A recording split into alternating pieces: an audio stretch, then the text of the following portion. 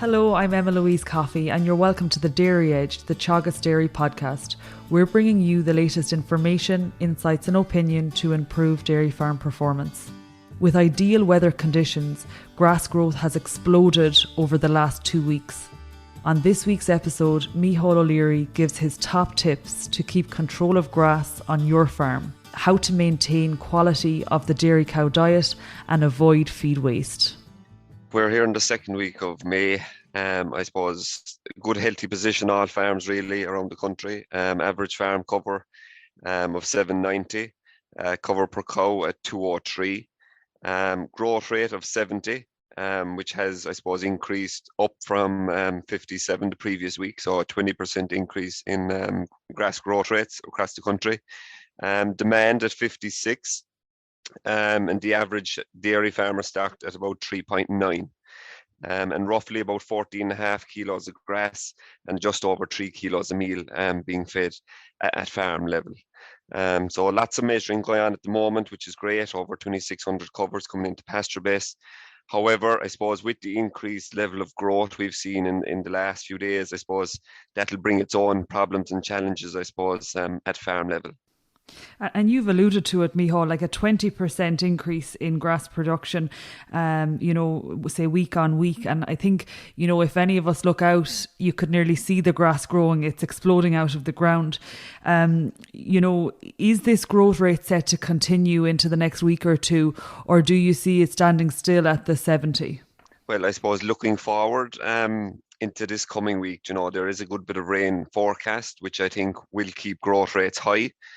Soil temperatures are good at the moment here in Moorpark. They're between 14 and 15 degrees. And up further north in Ballyhaise, we're talking about 14 degrees. So, look, I think, this drop of rain will really even increase growth rate further, probably for the next while. But look, at a farm cover at 790, average, I suppose, across the country, and again, these are just averages. Look, straight away that we can see that there's probably a problem there with pre-grazing yields. I suppose the rule of thumb would be to double your farm cover, and that would be your pre-grazing yield. So, look, guys are probably grazing covers of 1,600 kilos plus, which I suppose is too high really for the time of the year. And let's get into some of those figures specifically, Micheál, and let's take that pre-grazing cover first. What are you recommending in terms of pre-grazing cover we should target to get our cows into? Well, really, this time of the year, we're talking about 1,400 kilos of dry matter. We're talking about our 3-leaf stage. And we all know what happens, I suppose, when it goes over that 1,400 kilos into the 1,600 kilos plus range. We're into our 4th leaf. The first leaf then begins to die off. We've more stem. As a result, I suppose, grass digestibility reduces. And then, look, we're going to see it in the tank. We're going to get lower milk protein, leading to, I suppose, less kilos of milk solids sold out the gate. We're going to get a lower milk price for our milk. And look, I suppose it really is a negative effect on all things to do with profitability, really. And when you talk about the averages, as you say, there are some people below that, but indeed there are people above that. So, people are in the situation where they've potentially hit a pre-grazing cover of 1,800 and up to 2,000. So, what's your advice for that farmer that finds himself in that position today? So I think, look, the fast thing is going to happen that there are some paddocks have to be skipped, and they will have to be either cut for silage straight away, or else they will be, let bulk up maybe for a week or so, depending on growth rates, demand and stocking rate. But definitely these need to be skipped over. I suppose the reset button needs to be pushed, and we need to get back in grazing our covers of 1,500 kilos. There are probably others, that maybe you mightn't be allowed or mightn't allow to skip off paddocks. Look, and we probably will have to come in with some kind of a mechanical fix after grazing. But I suppose the first option anyway is to skip over those high paddocks and cut for silage. And interestingly, I suppose, just as we talk about, I suppose, the numbers coming into PBI and the number of farms measuring.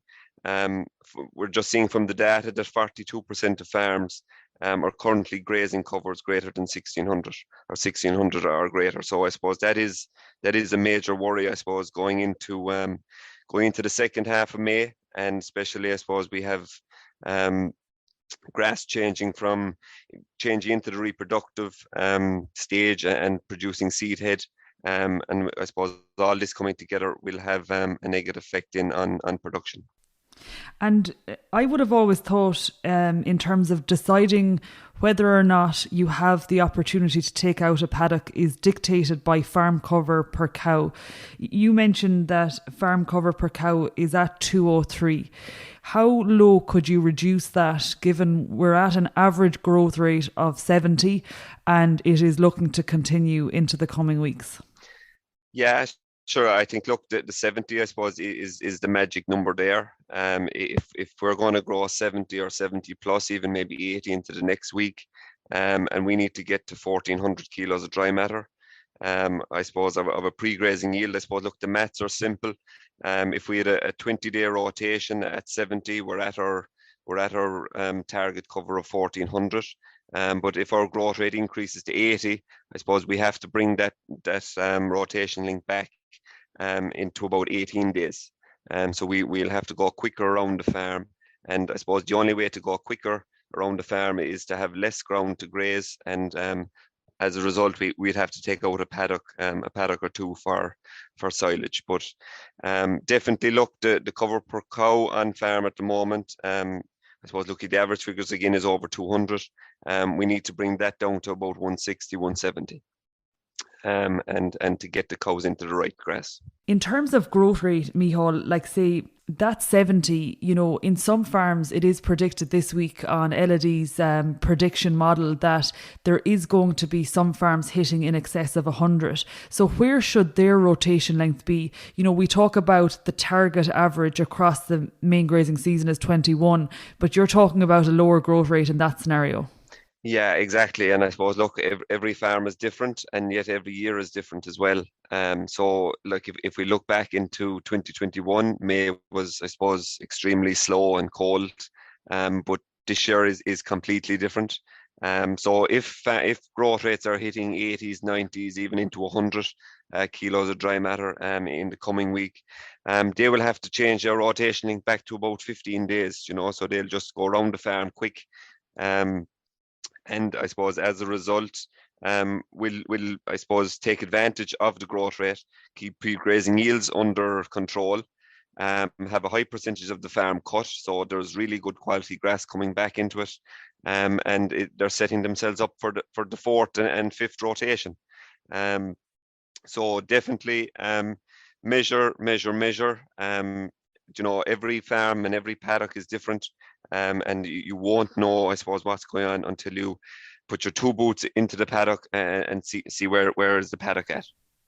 And in terms of fertilizer then, Micheál, where we have this high rate of growth, and for a farmer who is following the cows in terms of fertilizer application, how do they adjust the fertilizer, where the rotation length may dip as low as, 15, 16, 17 days? Yeah, so I suppose, look, the rule of thumb, I suppose, for the summertime generally would be going with your unit a day.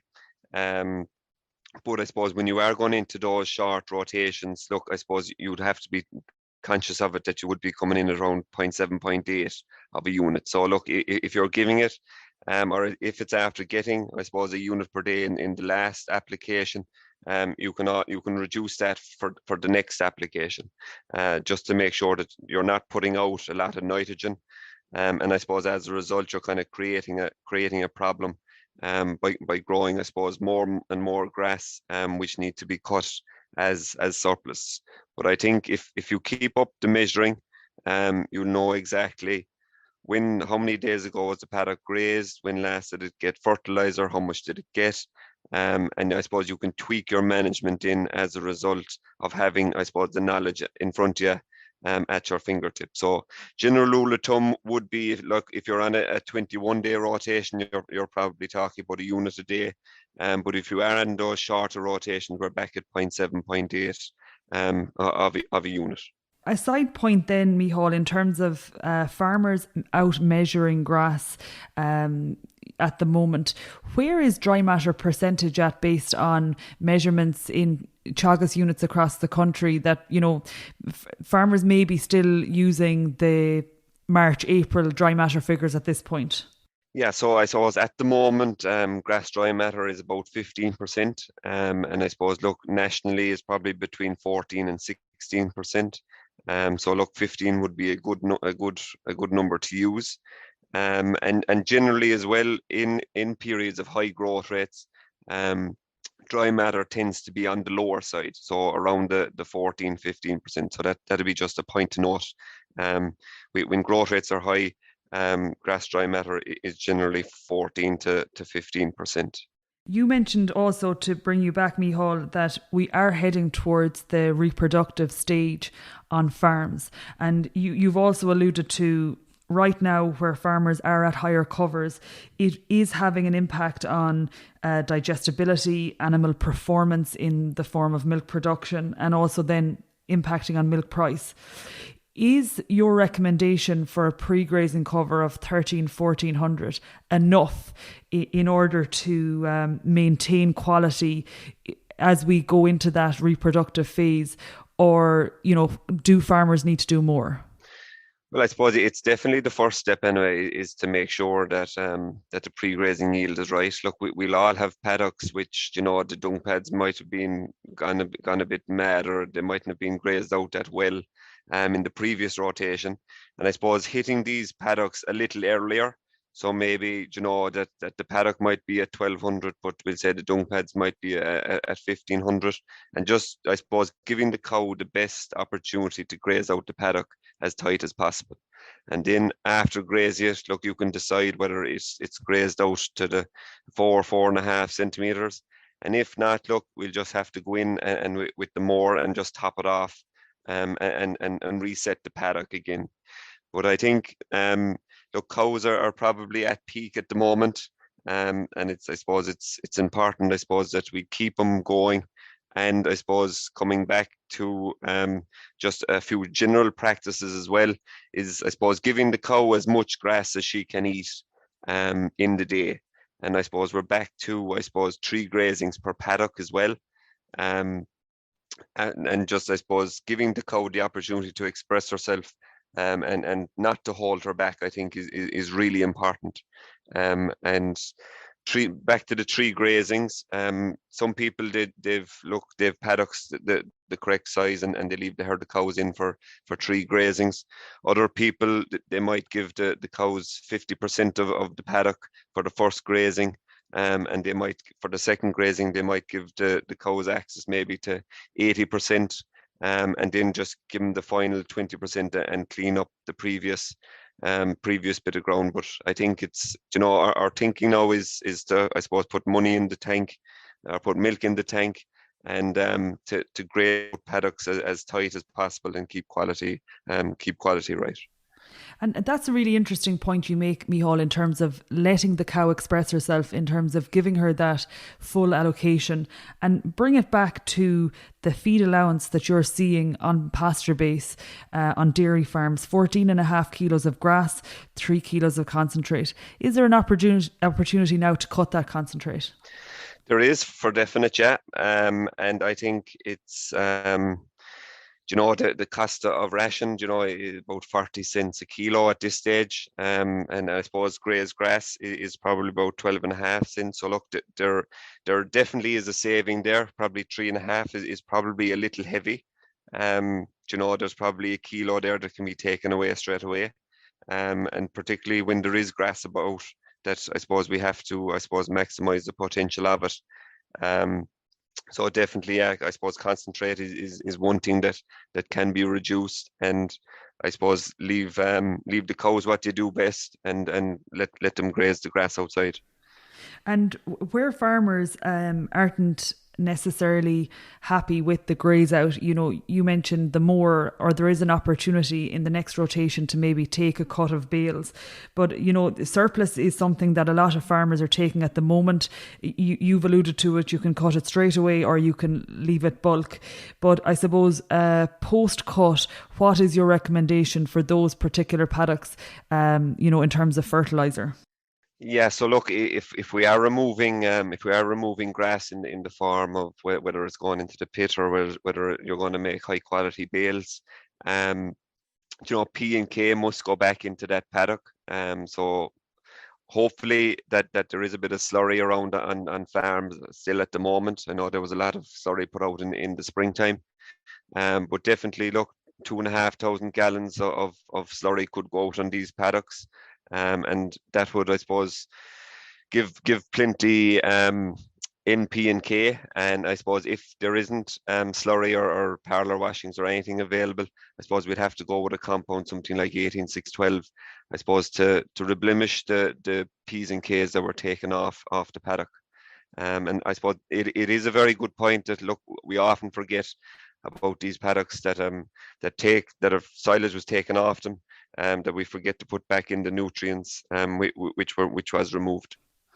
And a final point then, Micheál, I suppose, aside from the current grazing scenario, but you know, farmers are looking at cutting silage over the next couple of weeks. What's your guidelines for us to ensure that, I suppose, we have quality for, you know, lactating cows or maybe thin cows that we need to put condition on during the winter period, but also then looking at sufficient quantity for the winter?